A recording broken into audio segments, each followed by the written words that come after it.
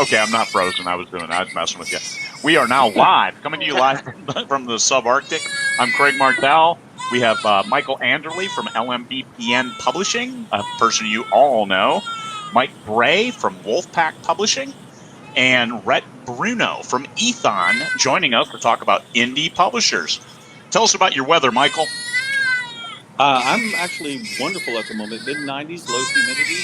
It will probably get to about 106 this afternoon. So this afternoon I won't be outside, but presently it's enjoyable. You can mute your mic, Rhett. I don't know how. I've muted you. Anyway, just let me know if you want to speak. I have the power. Let me take the text off the screen, hide that. There we are. Hey, Mike Bray, how is your weather? You know, my weather, surprisingly, is a lot like Anderle's. Since we live 15 minutes apart. Yeah. Mike had his family in town over the weekend. It was 114 Saturday. It's only going to be 106 today, but it was a warm weekend.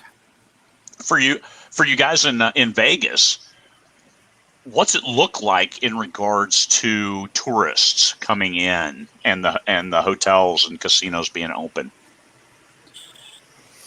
Mike might have a better place than I do. Yeah. You know, I just read an article about 20 minutes ago. Station Casinos is one of the big players here. And they just announced that they're probably not going to reopen for casinos. And I'm talking about casinos like Texas Station that just services the locals in North Las Vegas. Oh, okay, yeah. But man, the Californians are dying to get back in. I was on the Strip. Not literally. Yeah, but they're here. They're coming in. Good. And the hotels, casinos, I think there are a lot of supplemental measures in place to help people, like extra cleansing stations, sanitizer, masks. Yeah, there's sanitizers at stations at all the exits, all through the casinos. Most of the casinos do a temperature check when you come in. Yeah. We're going to see a diaper change here pretty soon.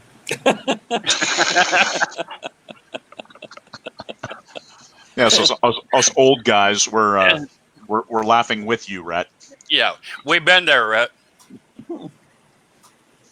So, I mean, from the standpoint, like had my parents and my brothers all stayed over here at Green Valley Ranch, and busy, very solid. Obviously not overwhelmed, but then again, summer's not their busiest season in the first place. Just so dang hot here. So it is a solid amount of business for the casinos that are open. I can understand why they might not open anymore, because then you're just going to, minimize how many people are at each casino. Indeed. Huh? Let me bring Rhett back online here. I'm here now. All right, good to have you. You're unmuted. You're live, Rhett. All right. Talk to us. What's the weather look like where you are, Rhett? It's actually beautiful and hot out, except we got hit by a tropical storm yesterday. But beyond that, it's really nice. Good to hear. Good to see. So we'll start with LMBPN. You've been indie publishing for a good solid. Publishing other authors now for a good solid 4 years. Almost 4 years. Can you describe your process, bringing an indie author on board and then moving them through the system of getting their book published? It's changed over the years, as you might imagine. Back in the beginning, it was effectively myself and Steve Campbell. And now we have a large infrastructure to help people get through, because there's not the same touch points as what we had before. So a lot of times when someone comes in, they need to be engaged with the different teams that we have. So whether it's the marketing team, the editing team, the just-in-time, or the beta readers, and the different opportunities they have within the company to get the word out, the social marketing team, for instance. So Steve has created an onboarding sequence to engage the person as they come on and give them like an hour to say, here are all of the relevant people you need to be able to talk to. Because we don't look at it from the standpoint of someone who just drops their manuscript and says, here, do everything for me. It's like, no, we've built an infrastructure to help support you and move things on. And so from that perspective, you will need to talk with Steve Campbell and his team in operations in order to accomplish these things.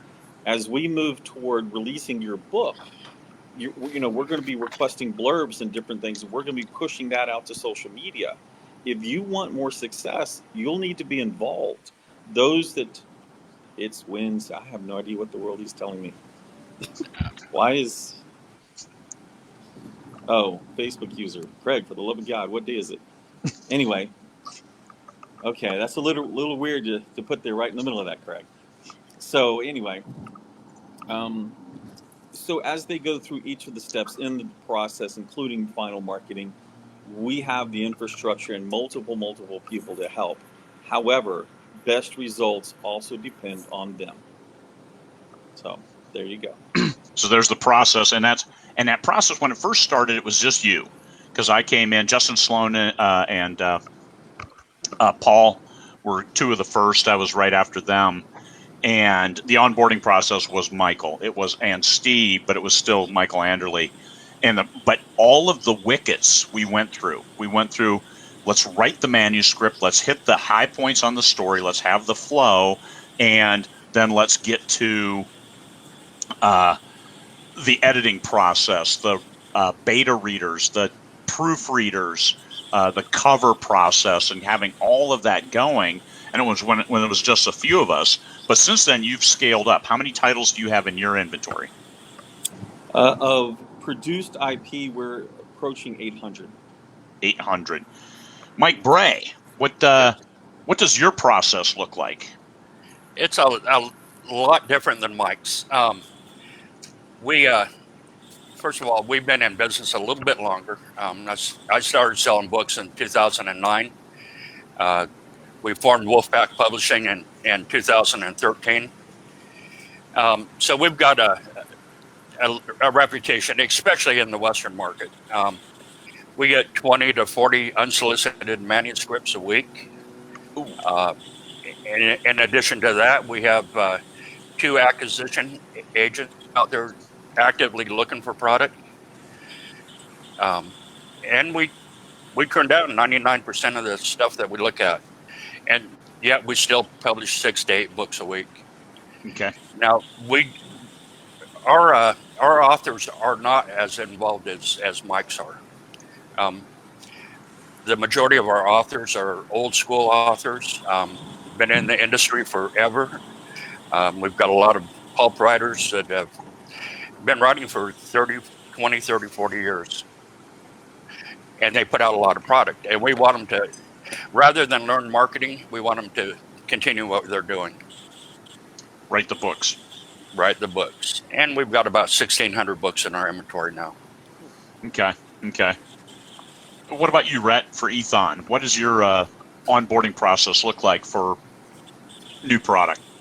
So we're the youngest here, obviously. We're only technically about 1.5 years old, if we don't count putting stuff under our own imprint. Do it.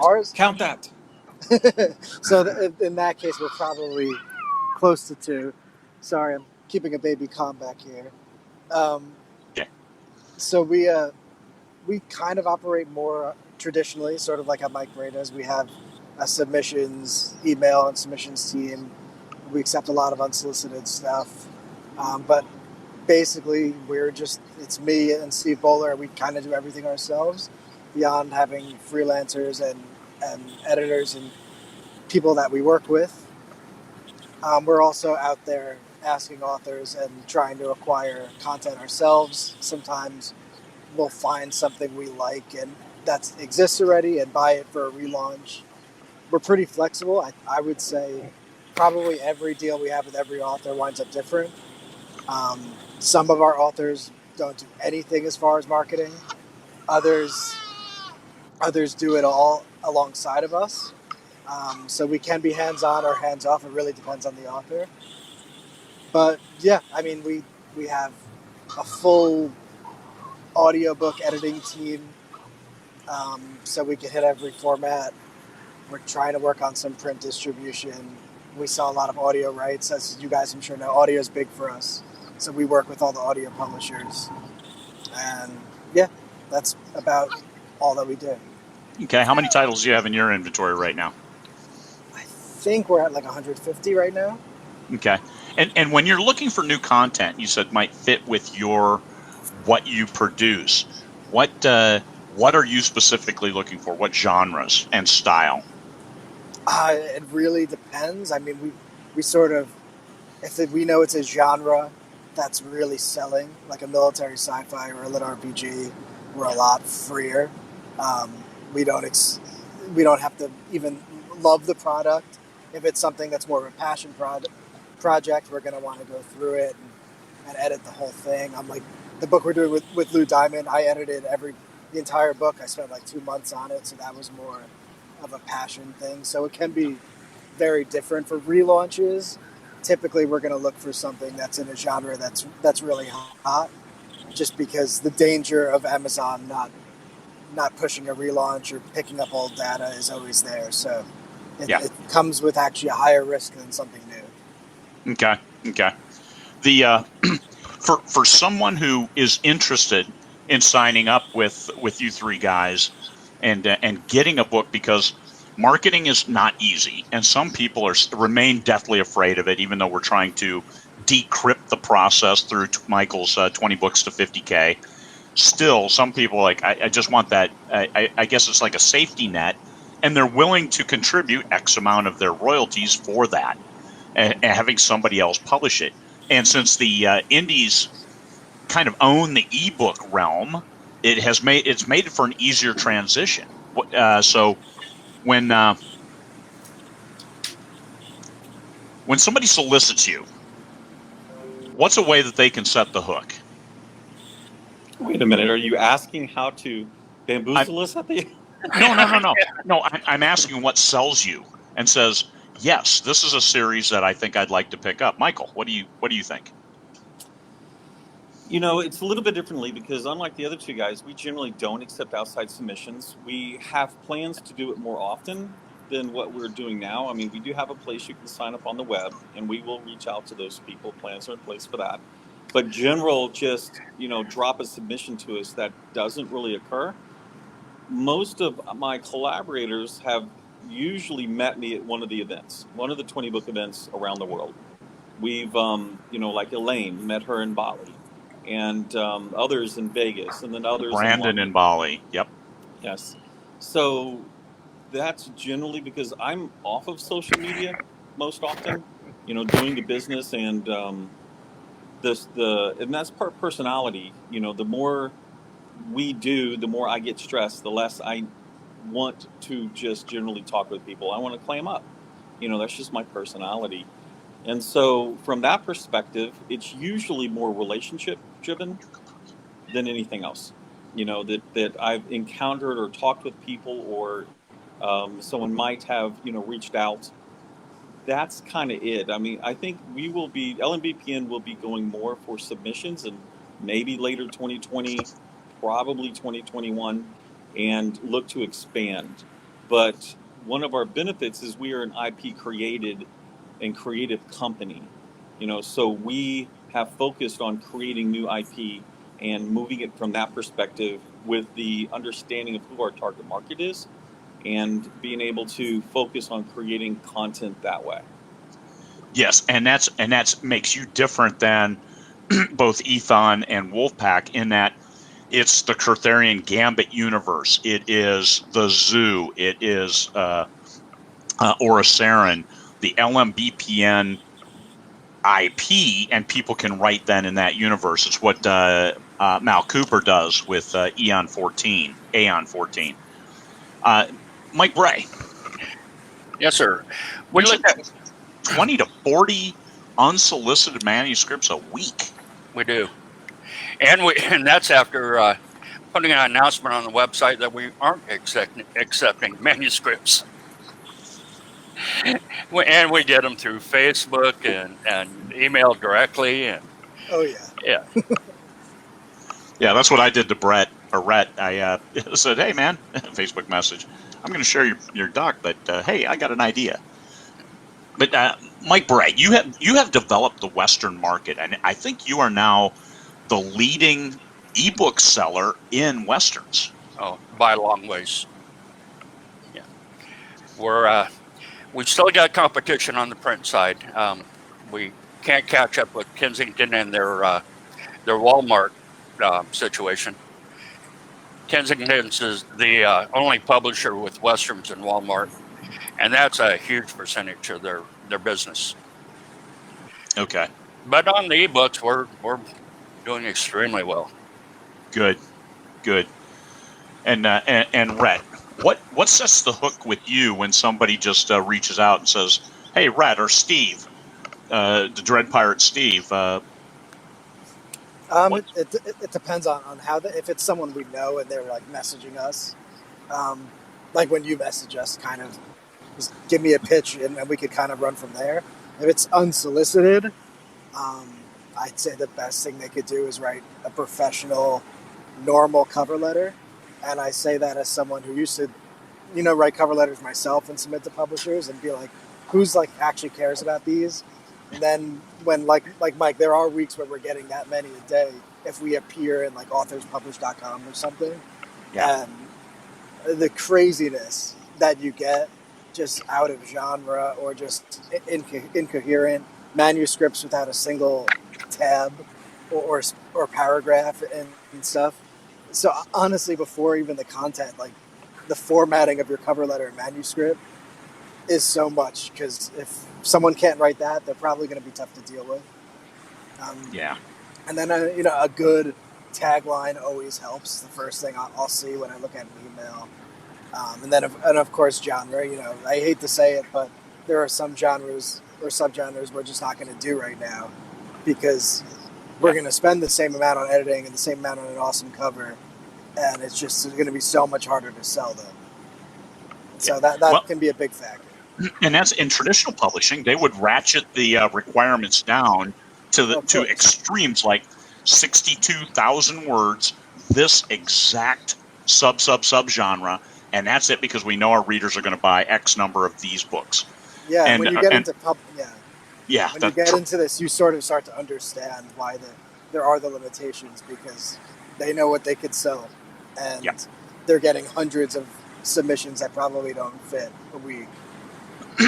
And that's with indie publishing. That's where you guys can go into more broader genres and hit various subgenres within that. You don't have to ratchet it down to, I know my readership buys this exact book, so if you're going to submit this exact book. And because people complain about the gateway, and then other people who say, well, you're not a real author unless you go trad. Well, I'm not a real author because I didn't write in this very, very narrow, a 62,500 word book. So no, I just didn't go through that gateway. I went through the much bigger gateway, which in Lord of the Rings, they said, speak friend and enter. And that's what we've done. We've entered, and people have thrown money at us, and it's been awesome. So and what we've heard here from all three of you was that personal contact is one of the most important things. And it's not just a personal contact of, hey, Michael Anderle, I'm Craig Martelle, and I have a book. Could you read it, please? No, it's, hey, here I am. I'm listening to what you're saying. It's great. Oh, by the way, I have a book, and you show a real book. People pitching something before they've ever written a book is an extreme challenge. I don't think any of you will accept a book from somebody who has never written a book before. I don't think we have, No. It's too much of a risk. I mean, No, but I've made commitments on books that I won't see they haven't been written. I won't see in 2 years. Yeah, for sure. But that's from people will get to it. That's from an author with a name and a track record. Yeah. But and that's one of the biggest things that you can do to help your chances is write a good book. Write that book that if you are able, hey, Michael Anderle, I've met. Hey, this is the third year we've met. Here, how about this? And you hand them a book. and he skims through the first page, and then he sits down and keeps reading, that's the book you want to write, as opposed to a cover that's sends him catatonic and things like that. So this is 20 don't books to send us your 50K. homemade covers. Yeah, I put this cover on myself. I can speak to one of them. So Ginny Madore reached out a couple of years ago. It's like, hey, we met here, and she followed up, but she followed up every so often, and she was always very polite, and that also gets my attention. And it just so happened that she reached the last time she reached out, I could project 4 to 5 months and go, we absolutely have an opportunity. And then we talking about publishing, we go through NDAs, because there's a lot of things that we need to talk about freely that we don't want out there. And it's not from a standpoint of, we don't want it out there. It's just practical business, tactics that you're going to do. So we go through that process, and then Ginny and I start talking, and, we come up with the concepts just like we did back in 2017 of here's what I believe will work. And then we go back and forth, and the first complete idea that we thought we were going to go with, gave it a day, gave it 2 days, and go, not really sure this one fits. And yet now the new one that we built has a lot of opportunity. The beta readers are loving it. Rarely do the beta readers all come back and they're positive. Somebody seems to have an issue with it, and yet this time we seem to do it. But going back to, we met a long time ago. She was patient. She just said, hey, just letting you know. And then I reached out to her because of my personality. I'm like, why don't you want to do this yourself? We have a whole 20 books to 50K predicated on the concept, you can do this. So help me understand why you would want, and what value do we bring? So, because I don't want anyone to go and, I did this and they took all my stinking money. It's like, no, there's either value that you recognize or there isn't. And that's okay. I'm okay if you don't find value, but then I don't want to be a part of that. So we go through that process. And then Ginny is working in her second book right now, and we're setting it up to be a quick release.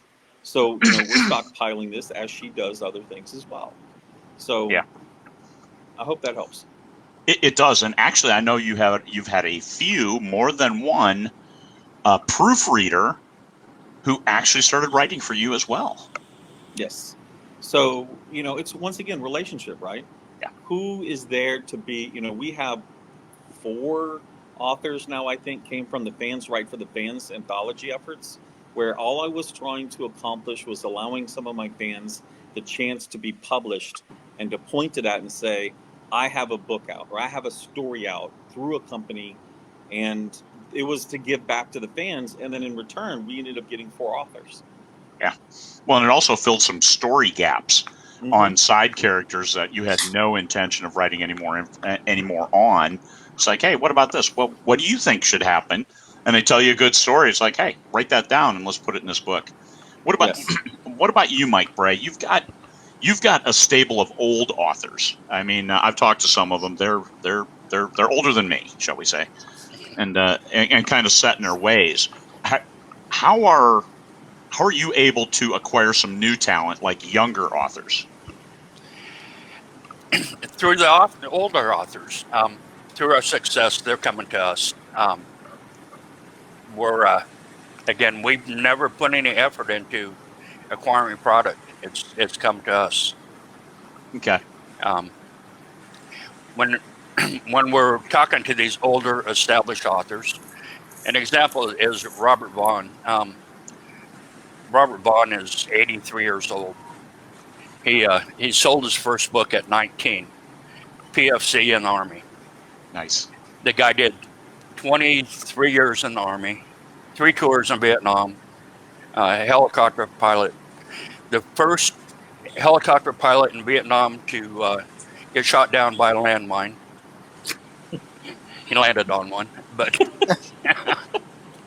but anyway, he's a member of the American Writers Hall of Fame. 8 New York Times bestsellers, including 1 #1, paperback of the year, all kinds of awards. 83 years old. The guy's still writing a book a month for us. I saw him and James Reasoner. You said what? Robert Vaughn publishes writes 1 million words a year still? James Reesner does. And James Reesner. James is my age, mid 60s, and he's now, both of these guys are from the traditional world, and they're. Robert is exclusive with Wolfpack now, but James is a ghostwriter, Madison Avenue ghostwriter. He's writing for big houses. Okay. Big non-disclosure agreements. Yeah. But Reesner's kicked out 1 million words a year for 15 years in a row. That's a lot of words. So you've had authors, and Rhett's new to the game. So how are you keeping your authors who are successful from burning out? Again, these guys, older guys, have been doing it forever. The burnout and writer's block, those things, they just laugh when you bring that kind of stuff up. Yeah. They I've had a dozen authors say, talking about writer's block, ask if I've ever heard of a carpenter with carpenter's block or a plumber with plumber's block. So, yeah, not. And we do have some younger new talent. We've got an Australian author we're pretty proud of. He's writing men's adventure. Yeah, and he, although he had been previously published, his career hadn't taken off until he joined us. And we have a Western writer, B.N. Rundell, that is a retired Baptist minister. He's one of those deals. He sent him unsolicited manuscript in. I'm reading it at 3:00 in the morning. I'm thinking, damn, if this guy could write a couple more books, we'd hit a home run with this. So I contacted him the next day and I said, how long would it take you to write another book, the second book in the series? He said, oh, it's done. And I said, how long would it take you to write the next book? He said, about a month. Put him under a 3-book contract. He hit his deadlines, no problem. That was 2 years ago. He's written a book a month for us since then. And he's making he's taking home over $20,000 a month now. Nice. He's in his 70s. He's a brand new author, but he's killing it. Good. And what about your Christian romance? We have a Christian imprint, and the romance does not do as well as the action adventure in that imprint. We do really well with the westerns in that imprint, with just a faint Christian line or theme through them. They do very well. We discovered a couple of years ago that it was females that were reading those. These were written for men, but it's females reading them. And the reason they like them is because it's a clean read. Okay. No sex, No swearing. Pull out the 6-shooter every now and then, but violent as hell. That's okay.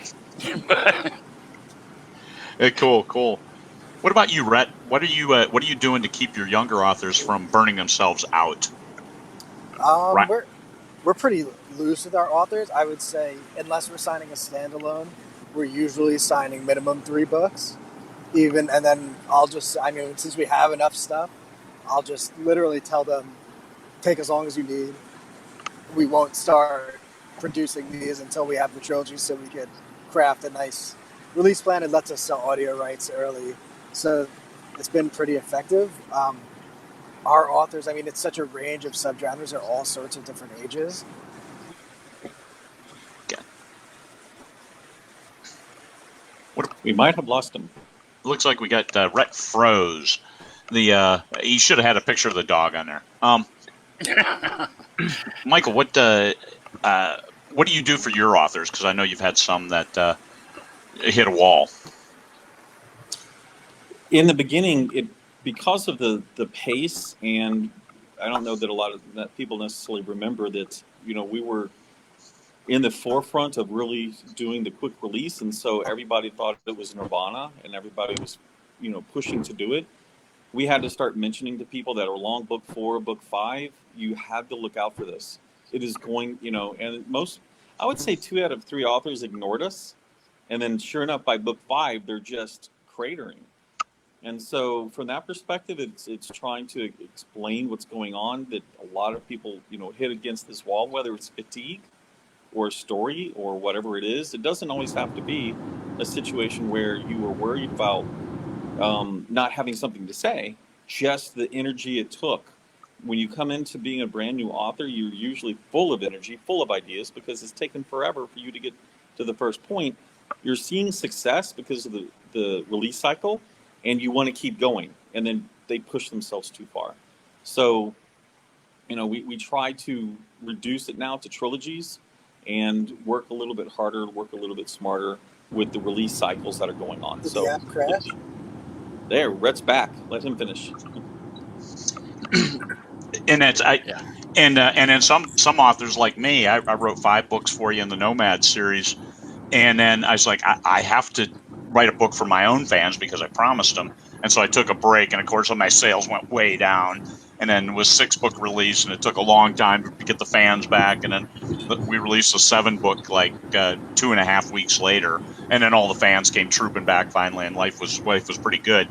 But those kinds of commitments, and that year I think I wrote 15 full-length novels in 12 months, and it was it was a whirlwind, and it was very lucrative, and that's the benefit. But keeping the creative juices going and not burning out, it's just something for indie publishers to be aware of.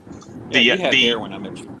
I did, and I think everybody here has hair, has no hair except for the guy who stays off social media. Yeah, what's with that? I think we've got the clue, the key to success here. No social media, hair. Oh, hey, we lost Red again. But let me show him I back. feel like we're in Avengers or something here. There we go. Oh, hey, we lost Red again.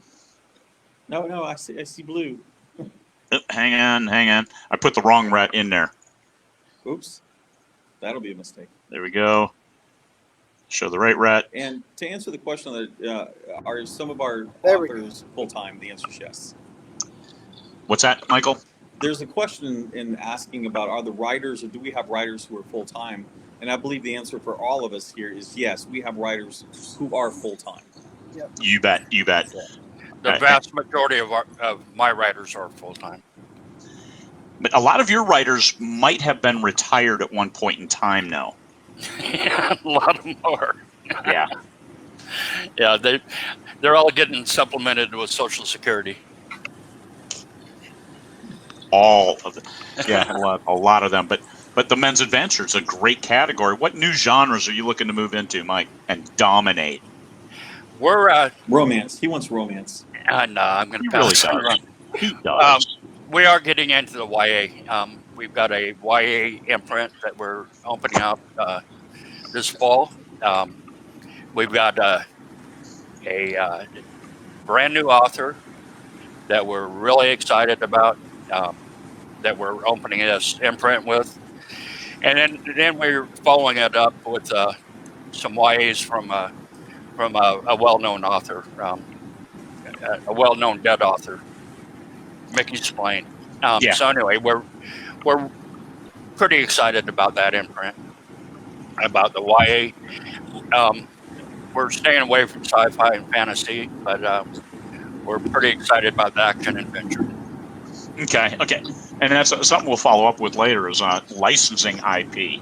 What about you, Rhett? What genres are you looking to dive into? We're actually really looking at getting into more superhero type stuff. More what? I'm sorry, can you say that again? We're looking to get into more superhero stuff. Superheroes. Okay. Yeah. Can you please clean up that genre list? Yeah, that's the problem. One sec, I have to go back. Yeah, the problem with superhero is that it's an RPG basically exclusively. But yeah, we definitely want to get into that. We have some cool stuff in that genre coming up. And then young adult, we're going to put a little bit more focus on as well. We have that book from Lou Diamond Phillips, which is young adult fantasy / science fiction, which is kind of going to be our big entry into that. And then superhero, me and Steve both have written pretty opposite spectrum superhero books to start kicking it off. And we've been talking to some comic guys, Bob Greenberg, who actually wrote Hellboy 2, and some other people that trying to get that genre going. Because, yeah, it's huge in every other medium, but in books it's not, and I suspect that's because you can't find it. They just get buried in their genres, so we have to figure that out.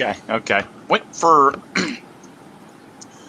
licensing IP, whether existing live authors, dead authors, who say, I've got 30 books, I've got 40 books, I've got 10 books, I just want somebody to take them over and make money for me.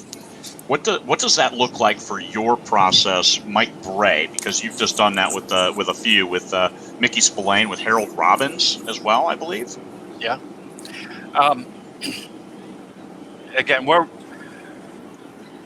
when we set up Wolfpack, my partner that I originated the company with had been in the industry for 30 years. He was well established. His wife is a New York Times best-selling author. So they knew everybody in the industry, and it was easy for us. My partner opened doors for me that would have taken me years to get through. He has since retired, but again, those doors that he opened for me are still open. And again, it was when we really took off a year ago. It was just the fact that we'd been in business for 6 years and it hadn't made it. We were lucky that we started in the Western genre, a genre that really hasn't changed over the years. A Western written in 1940 reads just like a Western written today. And it's one of the few genres like that. If we jumped in and started writing or started publishing sci-fi that had been written in 1940, that would have failed. So, Yeah, and that's Louis L'Amour is one of my favorite authors. I am a science fiction guy, and still Louis L'Amour crafts a tale that once you start reading, you got to keep reading it. oh yeah. Sackets, anyone? Sackets? Anybody? Yeah. We all had to read the Sackets when we were kids. Oh, the Sackets. Yeah. Michael, for what are the pros and cons of somebody going through an indie publisher? Know your personality, because the way I like to explain it to people is that on a scale of 1 to 10, if you're a 1, you're the type of writer who enjoys writing. That's where your sweet spot, what you enjoy doing. Please slick some pizza, maybe some Coke underneath the door, and that's where you're at. If you're a 5, you enjoy writing, but you also enjoy the business side of things. And then if you're more on a 10 doesn't want to read the books. They want to look at the stats, the marketing, the SEO, where can I go and find new people? So a 5 starts to become someone that can be part with a publisher, and they would do it tactically. For example, some people might work with LMBPN and then leave again because they worked with us, they understood our process, they got what they got out of it. They also see that they're going to have a book or something that's going to be marketed and bring them fans. And, so I typically say if you're about a 3, a 1 to a 3 is a great place to stay with LMBPN. But if you're a 5, the expectation is you're going to step out. I don't know of any 7s. Generally speaking, just the advice we give through the Craig and Mike show or whatever helps those individuals. It's rare. I have a few people that I talk to on the phone, but those are personal relationships to help with their publishing because I don't do any consulting whatsoever. So that's kind of generally how I, metaphorize it. And Mike Bray, what do you say are the pros and cons of going with an indie publisher? Oh, especially with the authors we work with, it's somebody's been writing for 30 years and say, okay, now you got to learn a new skill set. You got to learn marketing. Yeah. Um, yeah, it's not flying. And that's the advantage of working with us is they get the marketing thrown in. It's turnkey. We do want them to have a social presence. We want them to have an author's platform. And when we're vetting an author, we spend a lot of time looking at their platform. Our philosophy is we don't care if it's a front list or back list. We just want the product, and we want it to know that it's coming in on a ongoing basis. Yeah, and that's continuity. What kind of time frame do you look at for a contract with an author? Generally 7 to 10 years. 11 to 10 years. What about you, Michael? Contract? For time frame that when a new author writes, if they commit to a trilogy, what kind of time frame do you want exclusivity for those books? Oh, 7. 7 years. If collaborations agreements never change, we're going to own them because it's a collaboration with Michael Anderle. There are a lot of copyright laws and things that I've had to learn painfully over the years to understand why it means that way. But if it is a publishing agreement, this is their books, then it's 7 years. And then, of course, if we make a concerted effort to sell the audio as well. And let's say that we're 1 year into the project, whenever that audio licenses, and it's going to be 7 years from that moment for the audio licenses. Yeah. There we go. We got Rhett back. What about you, Rhett? What do you look like for a commitment on licensed IP? So we're 4 to 7 years. So okay. Standard 7, but you could get out after 4 if it's not selling. Again, like we don't want to hold anyone here if they're not selling. They don't want to be here if they're not selling. So that's fine. Audio is a little different because we work through Audible. They're 7 to 10 years automatically. So if they were to get out of the contract with us, we would just have to transfer over them to be the handler of the audio contract because Audible's not gonna budge on anything. Yeah. But yeah, and I would say as far as what we bring, what's I think important about indie publishing is patience. What I've found is a lot of our best-selling authors, when they write a book, they can't help but just release it right away, which typically is not good, especially anymore now that there's so many savvy indie authors out there. And I mean, I think we've turned people into best-selling authors just by taking their stuff and so that they couldn't be in control of just shoving it out there. So we could patiently put out a launch strategy that made sense and gave it the best chance at selling. I think that's really big. I do think a lot of people who just write books think they could just put it up and it'll become a bestseller, which that doesn't really happen anymore. That's a big part of our job is managing expectations. Yeah. Managing the author expectations in audio. One thing you do, Rhett, is the simultaneous release of the audio with the ebook. Yeah. How does that affect sales? It's tough to say because we've never not done it. The few occasions where we didn't do it, those audiobooks tended to be our worst selling ones. But it's not enough to create like data for it. It definitely gives us a lot of headaches because it's not easy to do, especially across. I mean, we have Aethon Audio, so we're producing I think we're near 100 titles that we've produced. Then we've licensed stuff out to Podium, to Audible Studios. We're opening up conversation with recorded books now, which is good because these places tend to not be able to take on as much as you'd think for how big of companies they are. So we needed to spread it around. But yeah, the simultaneous, I think with book 1 has been just really great for us in that all the promotion that's going to happen for the launch then affects every format. The current climate, because of COVID, is that WhisperSync isn't really working. So I think that's hurt audio in general big time. But for sure, it hurts the benefits of a simultaneous release in that things aren't launching in WhisperSync anymore. They can't go into WhisperSync on pre-order, and it takes 30 days after the book comes out for them to go into that. So the benefits of that program are really really rough right now, and that's been lack of people working at Audible. Okay. Do you have any idea when they're going to come back? Who knows? The Whisper Sync team in general is a mystery because the whole team's in China, and none of Audible Studios doesn't have any real communication with them. They have to send them requests, same as we do. So they can be tough, and it seems like they're revising their rules to just make things a lot easier on themselves. So who knows when they'll fix that or if they ever will. Okay. All right. Well, we have high hopes. We'll keep trying to do simultaneous audio releases with the ebook publishing. What are the pros and cons do you see, Brett, for somebody? Did I already ask that question? For somebody going indie publishing, the pros and cons. Well, like I said, the pros are obviously that we're managing them. Okay. We come in with obviously knowing how to market the genres that we sell.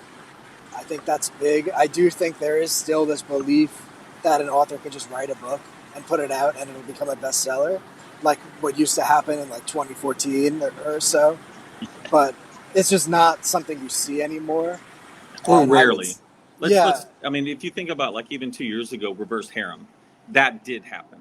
Yes. When you catch a particular genre that's new and exciting, it can happen. But then you have to actually write something to a new genre that hits the zeitgeist. New and exciting. And all of a sudden those genres get, lit RPG is popular right now. That used to be similar, and now it's in a genre that we have to market hard and launch hard and spend a lot on great covers and stuff because there is so much competition now. Is that where you guys started? No, we started space opera, epic fantasy type stuff. Lit RPG has been newer for us, but we've had a lot come in that genre because a lot of people are writing it and following trends and stuff. Mm-hmm. For you guys, anybody seeing better luck wide with the genre? Wide is new for us. We have about 20 books. We started it with Opus X, which already was a massive 6-figure investment. And then we went into an area we knew we weren't going to make our money back.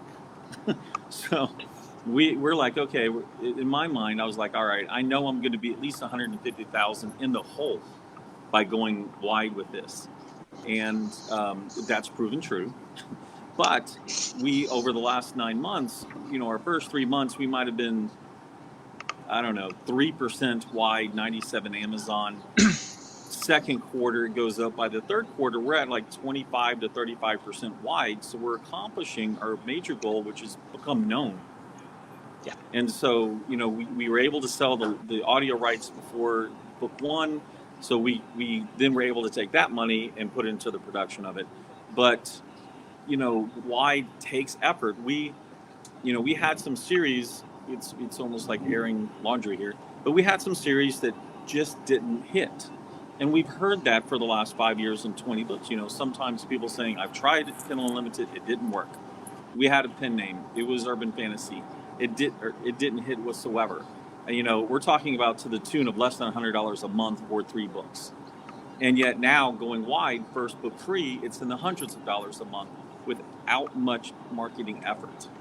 So wide is working. It takes a completely different amount of skills for some of them because now you're not just managing one distribution point, you're managing multiple. We engage with Publish Drive for the sake of just trying to not pull our hair out from a standpoint of how do we pay our authors. And so there's just different things that we have to do, but we're doing it. I don't see us ever getting out of it. We stopped doing Audible only release on audio a year plus ago because of conversations in Frankfurt. And I do see that Wide has a model for us as a publisher. If you're just an indie publishing yourself, I don't know that I would necessarily go there unless you can't get, some traction in the Amazon only ecosystem. Okay. Wolfpack was wide when we first opened in 2013. This is all before Amazon Unlimited. And we can compete on Amazon's platform because it's not a curated bestsellers list. And we drive a lot of sales off that bestsellers list. We never could get that same Barnes & Noble as an example, that's a curated store. We never could get any visibility in there. So when Unlimited came out, we switched to we're Amazon exclusive on all of our digital products, except for a handful of perma-free books. But on our print, we're available anywhere in the world. Because you have Ingram Lightning that you use, right? Well, yeah, we use Lightning Source. Okay. Same here. We're transferring all of our stuff from the Kindle KDP platform over to Ingram because of strategies and tactics as a publisher we care to do. Yeah, and that's I agree. I'm starting to move my stuff. My new thriller that'll be coming out. That one is going through Ingram for the wide distribution. I did go with KDP. Paper, just to clarify. Just paper, yeah. Ebook. I'm still torn whether going wide or exclusive, but I think I'll go exclusive just because of the foundational. My foundational readership are KU readers, so I don't want to alienate folks who've been with me for 4 years reading my stuff. But that's just a marketing point. But as far as an indie publisher, the pros and the cons. If you're a 1, all I want to do is write, nothing else. Or a 10, all I want to do is market. If you're in that 1 to 3 range and working your way up to a 4 or 5, where you're halfway in the middle, which is about perfect for an indie, where it's like, okay, I'll do the marketing that I need to do. I'll do the writing that I need to do. And I love the writing, but I like the marketing too. And then you balance. And that's where indie publishers can help you find that balance, build that foundation, and then move on.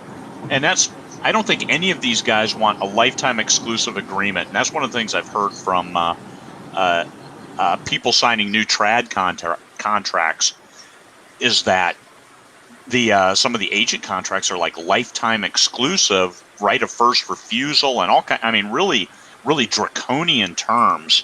And I've seen those terms in the and I can't believe anybody would sign that, but people are so deathly afraid of publishing, and indie publishers are providing an alternative to folks who can write a great story and just have zero ability to sell it, or don't want to are mortally terrified of doing that, of getting themselves out there and selling that book. Now, that being said, all 3 of these guys have said, oh, by the way, it's because we met these people.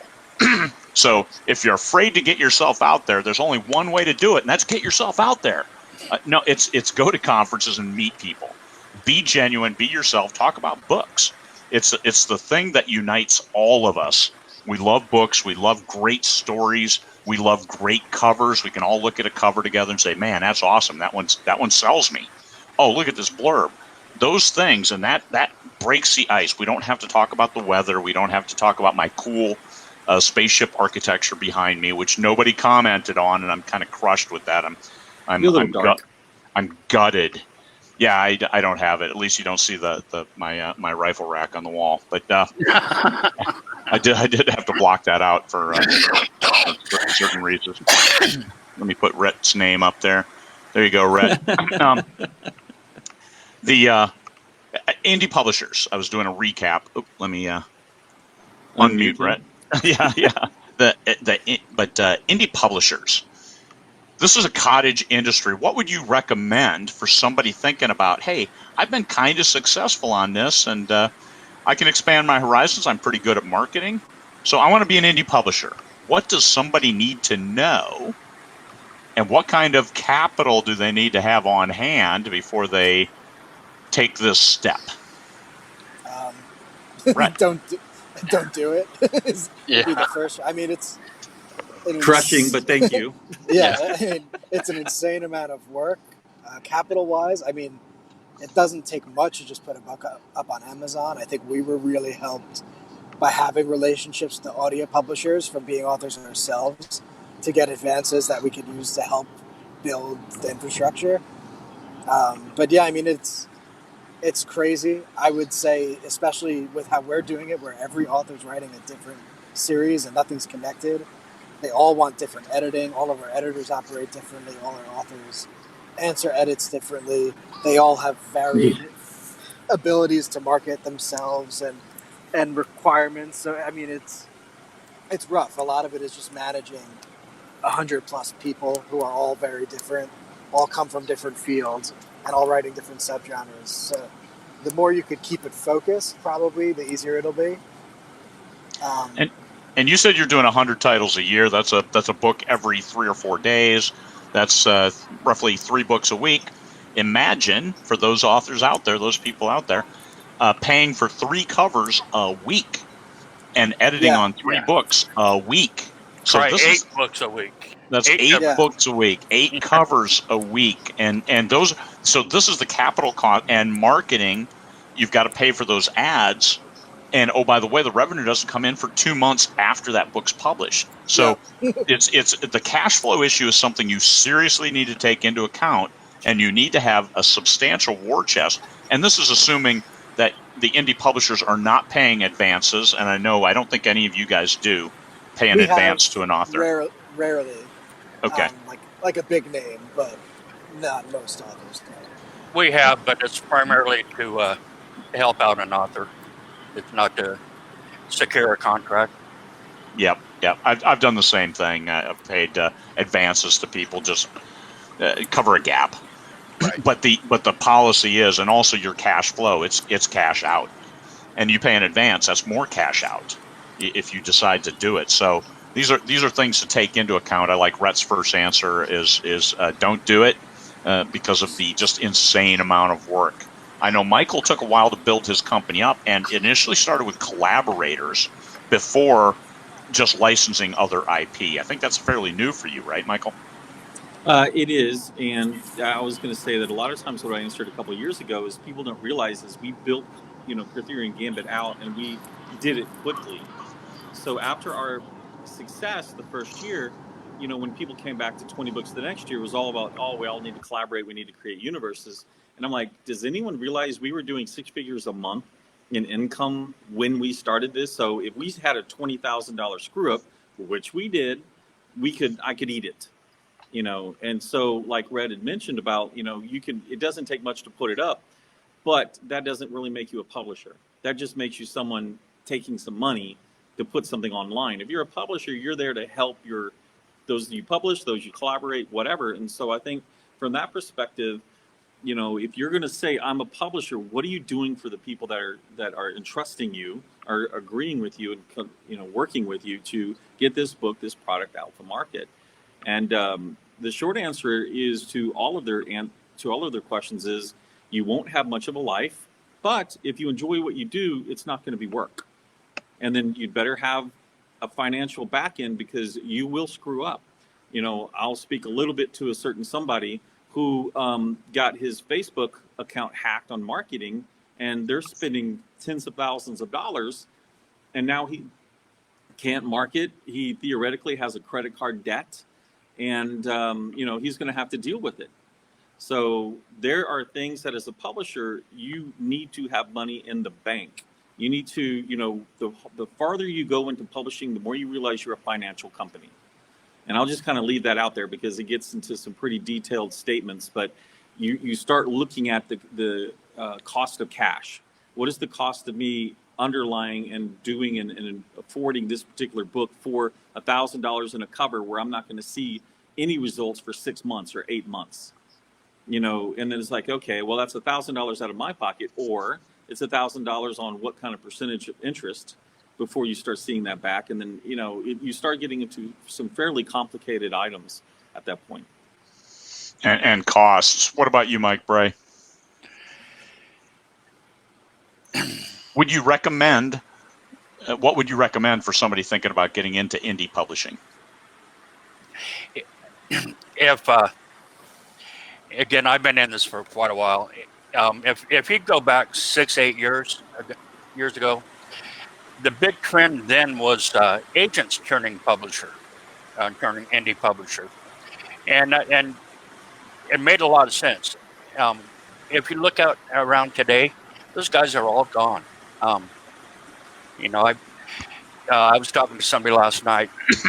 Since I started, 4 Western publishers have folded. 4 indie Western publishers. It takes a hell of a bank account to make this work. Yeah. Once it does work, it's great. But it takes a while to get there. I'm impressed that Rhett's got where he's at in a short time. A year and a half, 100 titles. Jeez, yeah, that's huge. Can we just all say that we're going to call him Brett Bruno instead of Rhett Bruno? Brett. Easier. But so there we have it. Some insights from indie publishers who are all doing well, and I'm sure, like Mike just laid out, there are indie publishers who we don't hear from because they didn't do well, and you have to manage the cash flow. I remember Michael saying this at the last C&M show. Is at one point he became a financier. He's like, I thought I was doing indie publishing, but I'm financing, and that was a great deal of effort to make sure that the company can keep moving forward.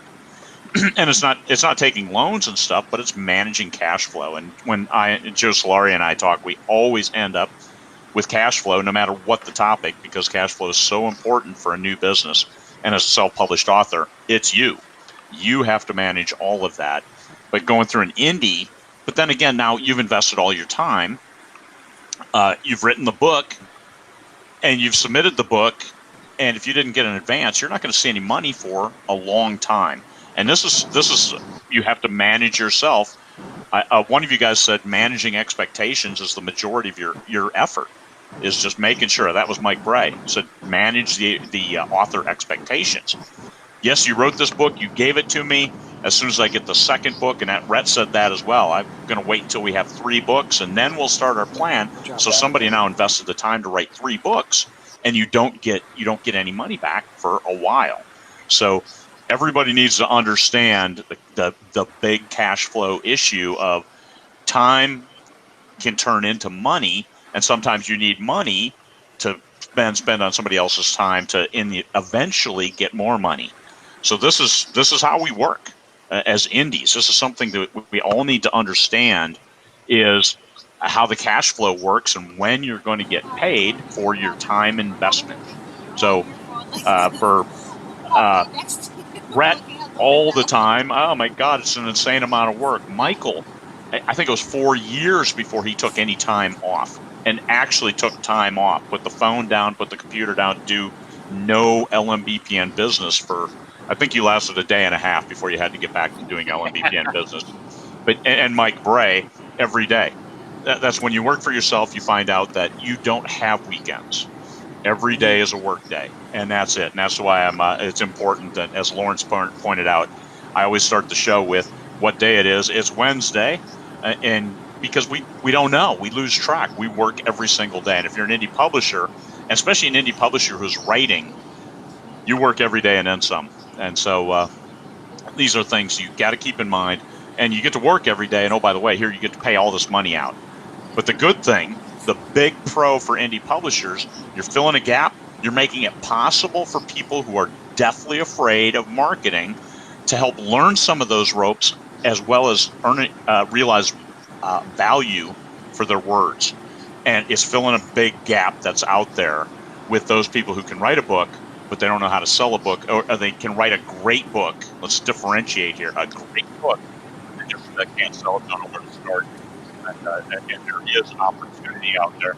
Yes, right now, none of these guys are taking unsolicited donations. But if you can work your way up to the number 5, just that balance. I really don't like marketing, but I'm okay with it. I understand it. I write the book, and then get up there and do some marketing. You might realize I'm good enough. I'm good enough. I can get it out, and you build that platform. And that's what 20 Books of 50K is all about, is helping people understand the business side of what they do as a self-published author. Any final words, you guys? You know what? Don't accept the people who say that there's still not opportunity. The more I study trad, the more I study our history, the more I realize the opportunity's always been there. We just might not have found it or seen it. And then somebody stumbles on it and you go, isn't that person lucky? No, they were working hard. Then they came upon it. So, it is there. Is it easy to find? No. A few people will get lucky. Don't allow that to overcome what's going on. But, it's a great life if you happen to love it, which thankfully I do. Yeah, indeed. Mike Bray, final words. One thing that Michael Anderle and I have in common, starting out as indie publishers, is our kids were raised. Mike's were college age; they were out of the house. Mine are, hell, one's teaching college. They're long gone. Yeah, so I can work 20 hours a day if I have to, and I know Mike does. I've had conversations with him at 2:00 in the morning and at 6:00 in the morning, sometimes on the same day. So, yeah. And Rhett obviously has not got no kids at home. Yeah. Rhett is 1 month into not having slept in a month. So, Mine's not in college yet. little baby. So, any final words, Rhett? I think what Michael said is great. There is a ton of opportunity out there. I think anyone who writes a good book can get published. I would say be careful. For everything we've said, we're also 3 small publishers who are actually selling books. And we get a lot of submissions with competing offers, and then they send me who the competing offer is. And there's a lot of small publishers out there who just do put the book up without spending any money. And I think that definitely gives and has given small publishers a bad name in the past. So definitely do your homework on these small publishers, because they're not a corporation you can look up information on. It's all going to be private. So look up the books and see what they do. Look at those contracts. Some of them will do nothing and require your book for 70 years. Horrible things. Yeah. And that's an important point. And it's not, and never pay money to have your book published. That's vanity publishing. These are all publishers who say, yes, they have a real contract that says they're paying for the cover. They may recover that from revenue, from royalties, but they're not requiring you to pay anything up front. And some of them read the contract, understand what you're getting into, and don't give the farm away for Pete's sake. Because if somebody says, hey, we'll give you 5% cut of your royalties, you're just paying them 95%, and I wouldn't do that. So anyway, thank you guys for coming on, Michael, Mike, and Rhett. And thanks for doing it in the car, Rhett. That was an exceptional effort. Thank you. Because Steve wasn't able to make it, but Rhett came through for us, and we talked to it. We got to see your dog. We got to see your baby. Your wife is driving. Leave her alone. And we'll move on. Where are you driving? We did have that question pop up. We're driving to my wife's parents' house in Delaware. Okay. Grandma's house. Going to Grandma and Grandpa's house. There we go. All right. Do they have power? Yes, they have power. Good deal. I have to admit, I was wondering the same thing. I'm like, is he just driving around? Is he going somewhere? Baby's colicky. No. Every day we drive. Not a short drive. Well, thanks for coming on. Thank you. Thank you. Thank you guys all. And thank you guys. We'll talk to you later out here. Hi, guys.